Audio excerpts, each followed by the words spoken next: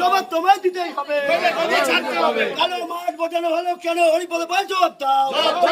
মাঠ বোঝানো হলো কেন হরিপদ পাল জবাব দাও। ওয়ার্ডের প্রতিটা দুর্নীতি সবার সামনে আনতে হবে।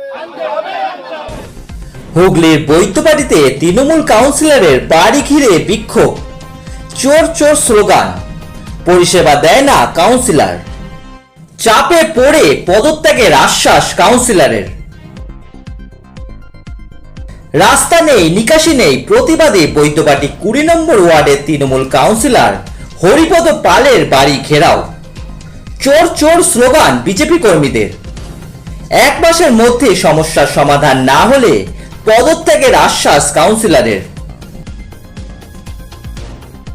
বৈদ্যবাড়ি 20 নম্বর ওয়ার্ডে গোলাপবাগ নিচু মাঠ এলাকা দীর্ঘদিন ধরে নিকাশির বেহাল অবস্থা, সাধারণ বাসিন্দাদের ঘরে জল।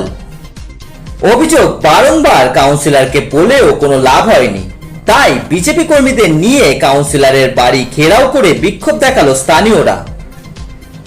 কাউন্সিলরকে দেখে চোর চোর স্লোগান বিজেপি কর্মীদের। দীর্ঘদিন ধরে জমে থাকা ক্ষোভ উগরে দেয় স্থানীয়রা।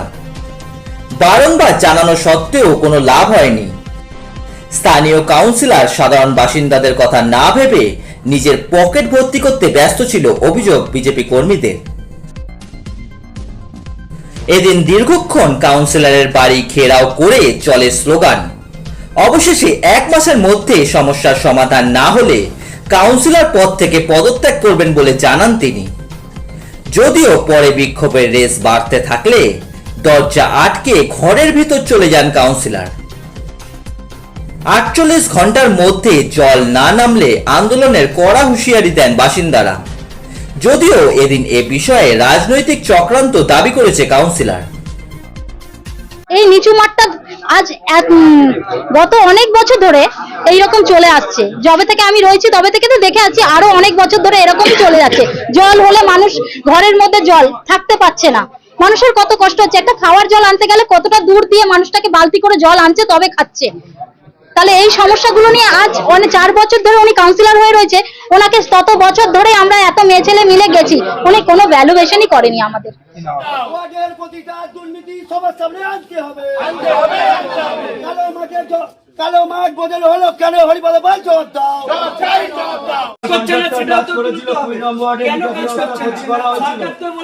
রাস্তাঘাটের জন্য যতক্ষণ না অডিট হচ্ছে ততক্ষণ না টাকা দেওয়া যাবে না, সেটা মানুষের সামনে তো বলতে হবে। পশ্চিমবঙ্গে সব জায়গায় হচ্ছে, শুধু বৈদ্যবাড়ি পৌরসভায় টাকা দিচ্ছে। 2011 সাল থেকে যেদিন থেকে দেখেছি এই পশ্চিমবঙ্গে তৃণমূল কংগ্রেস ক্ষমতায় এসছে, সেদিন থেকে পশ্চিমবঙ্গের বিভিন্ন জলাজমি বোঝানো, বিভিন্ন জায়গা বুঝিয়ে লোকের নামে বিক্রি করে দেওয়া বেনামি ভাবে। শুধু তাই নয়, 2014 সালের পর থেকে এই 20 নম্বর ওয়ার্ডে একটা নতুন দুর্নীতি আমরা দেখেছিলাম, তৃণমূল আমল। সেই সময় এই ওয়ার্ডের কাউন্সিলর ছিল প্রভাস পোদ্দার। তার সময়কালে এই 20 নম্বর ওয়ার্ডের বর্তমান কাউন্সিলর সহ আরো কিছু তৃণমূলের নেতারা যারা ক্ষমতার অপব্যবহার করে কালো মাঠ বুঝিয়ে, কালো মাঠ যা আপনারা আজকে চেনেন, সেইখানে জলাজমি ছিল, সেই জলাজমি বুঝিয়ে কালো মাঠে পরিণত করে এবং প্লটিং করে মানুষকে বেচে দেয়। যার কারণে প্রতি বছরের যে বর্ষার জল যে চ্যাংড়াপুকুর মাঠের পেছনের পুকুরের জলাজমিতে জমতো, সেই জল কালো মাঠে না জমে প্রতিটা মানুষের ঘরে দ্বিগুণ ভাবে জমতে থাকে। এই সমস্যা আমরা 2016 সাল থেকে দেখছি। প্রতি বছরের মতো আমরা এই ওয়ার্ডের সমস্ত ছেলেরা এই সাধারণ মানুষগুলোর কাছে ছুটে যাই। আমরা নিজেরা বহুবার পৌরসভার কথা না ভেবে নিজেরা কোদাল নিয়ে ছুটে গেছি নিকাশি অবস্থার সমস্যার সমাধান করতে। কিন্তু কি দেখেছি, 2022 সালের পৌরসভা নির্বাচনে এই ওয়ার্ডের তৃণমূল কংগ্রেসের যে প্রার্থী ছিল প্রভাস পোদ্দার, তাকে হারানো হয়েছিল দুটো এজেন্ডার কারণ। প্রথম এজেন্ডা, 20 নম্বর ওয়ার্ডের নিকাশি ব্যবস্থার সমাধান করা হবে উইদিন 2 ইয়ার্সের মধ্যে। মানুষের ঘরে ঘরে গিয়ে বলা হয়েছিল যে আমাকে ভোট দিলে আমি যদি কাউন্সিলর হয়ে জিতে আসতে পারি, এই 20 নম্বর ওয়ার্ডের নিকাশি ব্যবস্থা আমি ঠিক করে দেবো। কিন্তু আমরা কি দেখেছি, আজকে 4 বছর ওনার পৌর সদস্যের বয়স, কিন্তু উনি কোনো রকম নিকাশি ব্যবস্থার সমাধান কিছু করেননি। মাঝের মধ্যে শুধু দেখেছি ওই লোক দেখানো ফেসবুক সোশ্যাল মিডিয়াতে লোক দেখানো যে আমি কাজ করছি, নাহলে ড্রেন পরিষ্কার করছি, এইটা যদি উনি কাজই করতেন প্রত্যক্ষভাবে, আজকে 2022 সাল থেকে 2026 এই 20 নম্বর ওয়ার্ডের প্রতিটা মানুষকে জলে ভোগান্তি হতো না। দেখুন, এরা বিজেপির কিছু 2 নম্বর ওয়ার্ডের যারা মানে দায়িত্বে আছে, তারা এরাই কিছু না কিছু কারণ বা কারণ না থাকলেও সাধারণ মানুষকে তাকিয়ে এবং মুসকে তাদেরকে উত্তেজিত করে তাদেরকে ফুসলে এক এক জায়গায় বাড়িতে নিয়ে যাচ্ছে।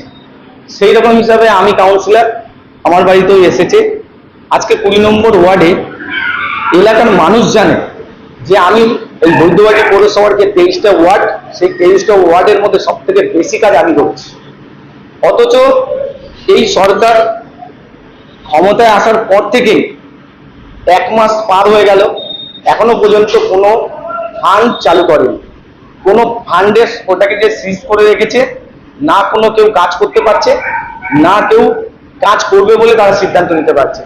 এর আগে যারা কাজগুলো করেছে, যে সমস্ত কন্ট্রাক্টররা, তারা যেমন কাজ করে পয়সা পায়নি, পেমেন্ট পায়নি, পেমেন্টটাকে স্টপ করে দেওয়া হয়েছে, ঠিক তেমনি ভাবে যারা ধরুন কাজ পেয়েছে, কন্ট্রাক্ট তাদের কাছে ওয়ার্ক অর্ডার এসে গেছে, অথচ তারা কাজ করতে পারছে না।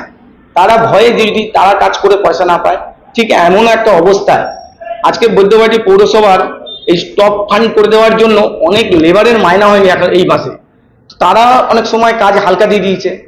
এরকম অবস্থায় ঠিকঠাকভাবে কাজগুলো করা যাচ্ছে না। আচমকা বৃষ্টি হলে আমাদের 20 নম্বর ওয়ার্ডটা ভৌগোলিক দিক থেকে একটা ফ্ল্যাট কড়াইয়ের মতো, তাই সমস্ত এলাকার জলটা আমার এই 20 নম্বর উপর দিয়েই যায়।